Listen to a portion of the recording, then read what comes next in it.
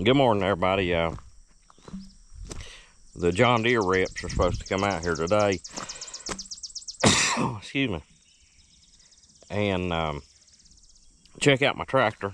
I don't know if I'll video any while they're here much or not, but I got this load of gravel to spread down here where I park the buses and stuff in case they want to work the tractor a little bit and run it some. It's too muddy to do anything else much with it. It's we've got a lot of rain the last couple of weeks, so I got that lined up for them, and I'm looking forward to that. Hopefully it don't rain today while they're here, and I can learn something and be able to pass it along to you all. I'll definitely get back on here and give y'all a follow-up on how it goes. If I don't do any video during it, I kind of feel awkward videoing while they're here and things and putting them on the spot. We'll see, kind of play it out how things go, but I might try to get some while we're spreading the gravel anyways, while we're working. But I'll find out as much information as I can on what's going on with these updates for the ones that's experiencing the same issues.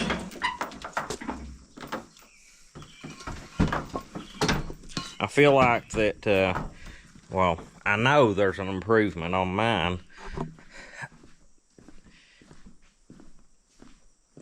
Could it be better? It's possible, but it's better than it was, and it's to the point right now, from what I've experienced so far, it's fine. Like, I get some chattering under a load, it's still in a certain RPM range, but it's consistent through all three cylinders. It doesn't do a singular hard knock and like a miss like it was doing at times before. So I'm pretty pleased with that aspect. There's only so much they can do and still get it to meet emissions and have the power it needs and all that. If it wasn't for the emissions thing, none of this would have been an issue to start with. But anyways, I'll get the shop opened up here and we'll get started. Yesterday, my cousin had a cow die, and we went out and buried it. So I used his skid steer bucket on my tractor and put the backhoe on mine. So I'm gonna get that stuff off her and put my regular bucket on it and unhook this backhoe and get it off the back of the tractor.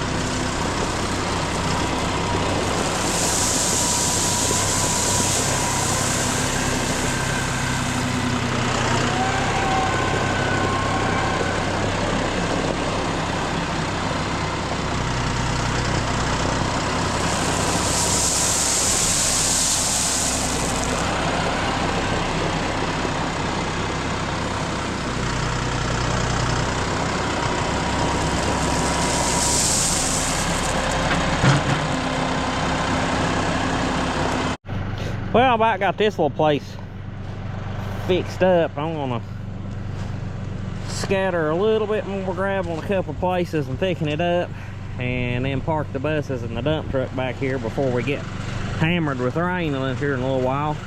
Then the gravel I got left, I'll find somewhere to what needs it the most and put it wherever I find that needs to go.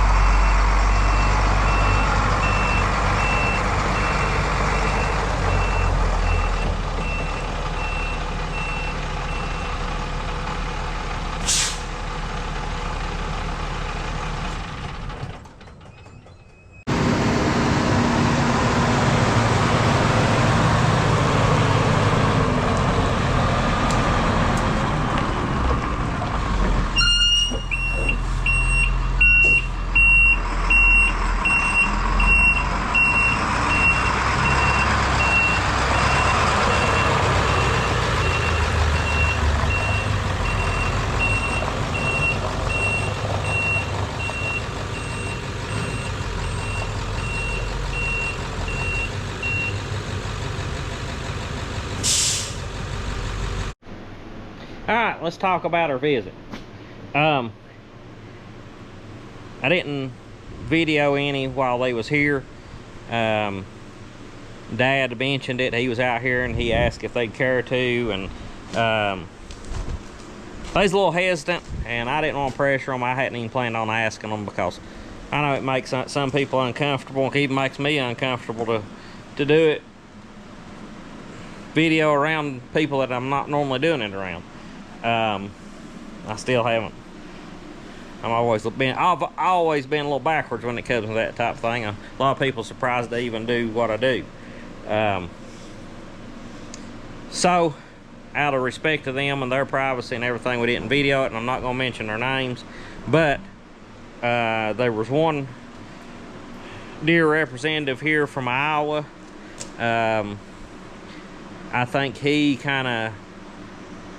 main role is the engine design and things. I could be wrong, but this is what I best I remember is what he said.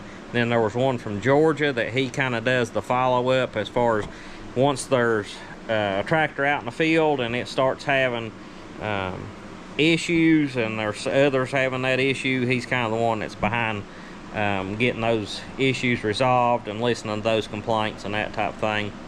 I had the local Deere representative that goes around to the meat stores. He was here, super nice guy. All of them super nice people, but I had met him, Matt, a time or two, the one that's our local one, and then somebody from Mead Tractor was here as well. But basically what they did when they got here, we talked a little bit about the update and things. They had been in the engineering phase of trying to redo that fueling system. Before I did my videos, they was actually already where they'd had complaints working on it. They hadn't developed a fix yet, and my understanding was the videos that I did, getting the clips and demonstrating when it would make that hard knocking sound at the RPM ranges and kind of the work conditions it was in, helped them to kind of develop this fueling update, and I think that's one reason they sort of chose to use mine to test it on. And the part that impressed me the most was one of the things that we discussed early on was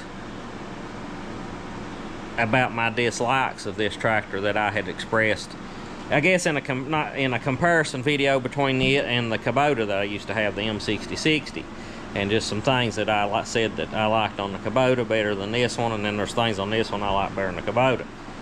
But they wanted to know why that I like those things on the Kubota and what I like better on this tractor, and they was very inquisitive on that type of thing, and they had watched a lot of my videos. I feel like they've read a lot of the comments, they've listened to, you know, you all and things that I've expressed, and want to know a little more details of things that I would change on this tractor if it was up to me. And I think one thing they liked was my fire extinguisher mount there. But the part that impressed me with the visit was that they wanted to see what I didn't like about this tractor, or changes that I'd made to make it better for me and more comfortable and that type of thing. One thing they did is they asked about the hydraulic shuttle. I had mentioned in that comparison video that I like, and I actually probably mentioned it a few times, I like the hydraulic shuttle responsiveness better on the Kubota. Well, I didn't even know this was available, and I don't know who it's available for or whatever. But they have a adjustment control that we put on this tractor today, where you can adjust the aggressiveness of like how quick the roll in and out time, like when you shift it from forward to neutral to reverse. Does it keep rolling, or does it engage quick, and that type of thing. And I adjusted mine up pretty aggressively. Well, actually as aggressive as it'll go is the way I like it. But I have that option now to slow that aggressiveness down to make it a little softer start and stop, and I'm very pleased with that. And that's something that I had never mentioned to anybody at meet or anything. That was just from the videos that one of the guys, I don't think the one that actually sent this for me to try was, he wasn't here today, but he watched the videos, and I really appreciate that. That has tickled me to death to get that on here, because it makes it a lot quicker engaging, and suits my likes a little better. If you've only run the John Deere's, you probably wouldn't notice any difference, but hopefully that'll be something one of these days they'll put on these tractors standard. I don't think it's something you could install yourself. They brought a laptop, and I think had to hook up to the tractor and let the tractor computer know that this was on there, and activate it. So if it does become an option, or is an option, or whatever, you might ask your dealership and see. I would highly recommend getting that if you could. But I hope one of these days they'll put that on these tractors as a standard option.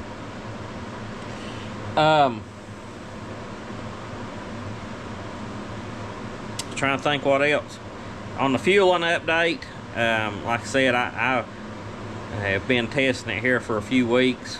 It has fixed the complaint that I had. There's still some fuel chatter in the engine, but it's consistent through all three cylinders. You don't get that hard knock and a little bit of like a chugging in that RPM range. All that's taken care of, which I'm pleased with. And one of the guys that was here today, he said that he had tested that on a tractor at their test facility once the programming was complete, and he was pretty sure that it would be that it would work out. I think he believed they said there are 5 tractors in total that they're being tested on right now, and hopefully in a few weeks or a month or so, it will be made available for anybody that wants to have it updated on their tractor. So check on that, give it a month or so, and contact your dealer and see if they know anything about that update on these 5E tractors. The emissions, he said pretty well. He's sure that it's going to pass emissions and all that. I know they put an exempt label on mine because it was a test unit, but It acted like all that would clear up, and the ones of you that has these, he's pretty confident that that knocking is not going to damage the engine whatsoever. They've been tested thoroughly and things. They just don't believe it's going to cause any problems, and I hope they're right on that. But I'm very thankful that that Deere's done that they come out here. I'm not the only one they're visiting. I think they're going to go to a few other locations this week and see how things are doing for those people. And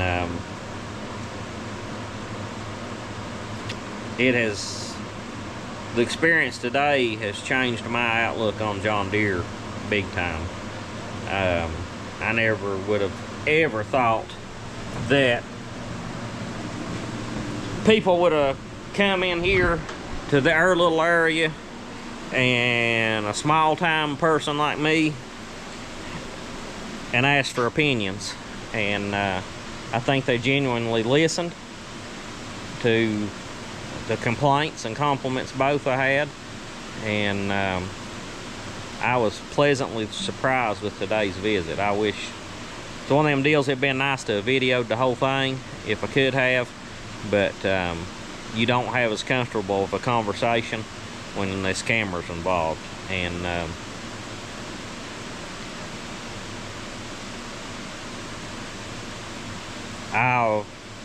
if I ever trade again, even though I went through some frustrations with this tractor, I will very, very, very seriously consider another John Deere tractor because of how good that they have been to try to work on this issue and listen to my input. And you know, I've got hateful and grumpy and things, and they've been things said in the comments of the videos, and they've read the comments, because you know, I could tell by the way they talk they've actually sat down and read them. And you know, some people said some pretty harsh things about John Deere and expressed dislikes, and others had positive attitudes, and a lot of in between, and a lot of wondering, you know, are they working on it, are they going to, or whatever. And I had my doubts too, but it was nice to know that they was already trying to develop a fix before I even got involved. And hopefully this will help get it out there to other customers. And just don't give up hope if you're having issues with these tractors. Be sure and if you're having problems, if something you don't think's right, take it to your dealership and try to get them to pass that on to the corporate people, because I think if they'll pass it on, something will eventually get done about it if there is an actual problem. But I just can't thank them guys enough. I really can't. I told them that several times, that how much I appreciated them coming out here and spending time with me, talking to me. They run the tractor. I run the tractor. While they was here, we looked at the 5045 John Deere. We talked about other brand tractors, and we talked about the John Deere store online. I can't never think of what that's called, John Deere shop or whatever, where you can order parts online. They was asking my input on that a little bit, as to if I thought it was easy to navigate the site and that type of thing. I've used it quite a bit, ordering filters and the hydraulic or the power steering return line on this 5045 and that type of thing. But we'll see how it goes. I'm anxious to bale hay with it and work it a little more, especially now that that power reverser adjustments on there. A lot of tractors brands come with that has the electronic style switches, and I was tickled to death with that little dude. But another thing, they're gonna get me set up on this John Deere Link, and that's here. All the new tractors I think have that on them now, but they're gonna get me set up where I can get on and my phone or iPad or computer or whatever, and I can look at the run time, idle time, work time, transport time, like running back and forth. It kind of judges that by the RPMs, I think. But I can go in there and look at all that. It'll remind me of maintenance intervals, and they kind of showed me an example of it today. Pretty neat little setup. So I'm anxious to get that going. But I want to do a review video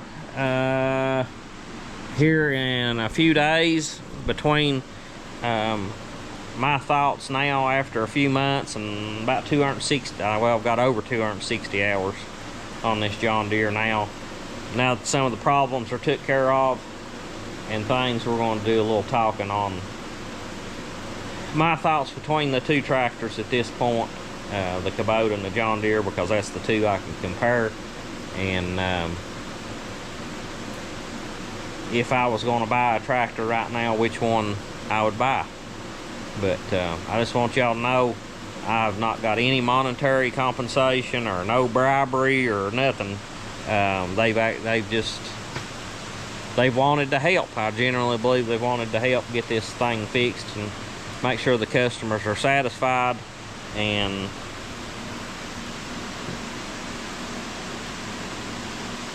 yeah, that's basically it. I appreciate everybody watching. Oh, one question somebody had was, can they download that program through this John Deere link? I forgot to ask that. I don't think they could. I think they'll have to hook it to a laptop to do that. But I'm not 100% sure. That's something you could ask your dealership. I meant to ask that question and I forgot. But I think it'll be available to the public shortly. So keep a check if you're interested in having it done at your dealership. And